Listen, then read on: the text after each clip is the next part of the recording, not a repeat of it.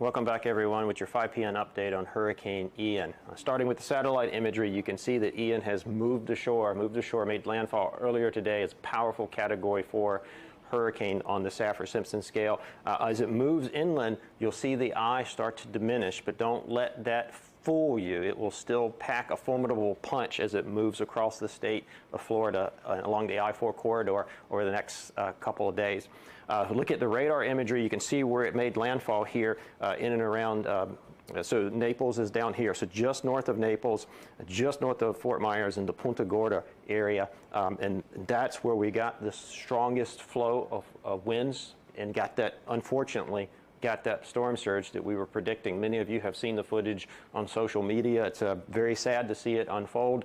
And then it's probably starting to come up here in Fort Myers as well. So maybe Naples is out of the bullseye for the storm surge. Water should start to come down, but probably starting to come up pretty quickly in and around the Fort Myers area. And in fact, you can see that on our tide stage. So this is an instrument that is measuring the height of the ocean.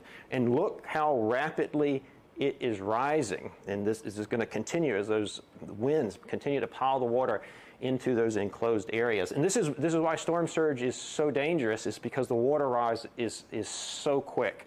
And you're seeing that play out on social media with people saying that the water came up by so many feet and very, very quickly. So this is why storm surge is so dangerous.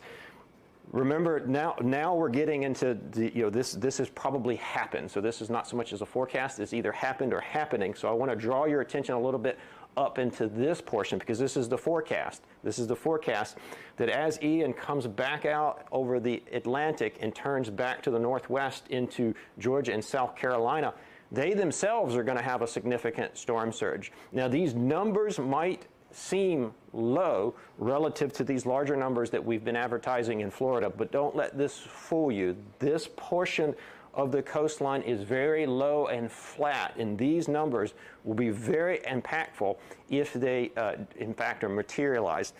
Storm surge warnings along the west coast of Florida, they're in effect as we speak, but I want to draw your attention up into this area. So North Florida, from about Palm Coast northward through much of coastal South Carolina, including Savannah and Charleston, now under a storm surge warning, including, this is going to fool people, the St. Johns River. So if you live along the St. Johns River, you're not out of the woods just because you're not at the coastline. The actual ocean will push into the river and flood in sort of a counterintuitive way. So please, please, if you're watching us from here, take any necessary action to protect you. I alluded to this earlier. As the storm moves across, cuts a swath across the Florida peninsula, then emerges back out in the Atlantic and basically turns or hooks back into coastal Georgia and South Carolina. The blue here denotes tropical storm warning, so you can see just a huge swath of wind cast almost virtually across the entire state of Florida. The red, hurricane warnings, so you can almost envision the core of the strongest winds punching right across the state. And this graphic, I think, really helps unpack it the best. The red here is the hurricane warning. This is where the greatest potential is for really damaging winds.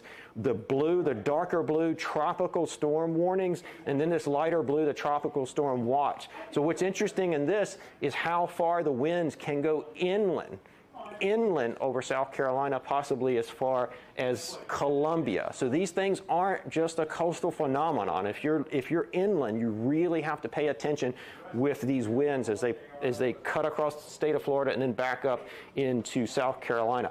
But the story I really want to start hounding now is the flooding potential. The flooding potential along the I-4 corridor of Florida. Look at this. If you've been following along, these numbers have gone up now in excess of 20 inches potential from about Tampa, or the 20 inches is in around Orlando, but 10 plus inches from Tampa to Orlando back to Jacksonville, which is why we have a high risk for excessive rainfall or flooding. A high risk for flooding along these areas. You're not going to want to be driving around tomorrow because the roads could be flooded and very, very, very dangerous. So I think that's the last graphic. That's it from the Hurricane Center. We'll be keeping you updated as this storm unfolds. Please, please be safe over the next couple of days.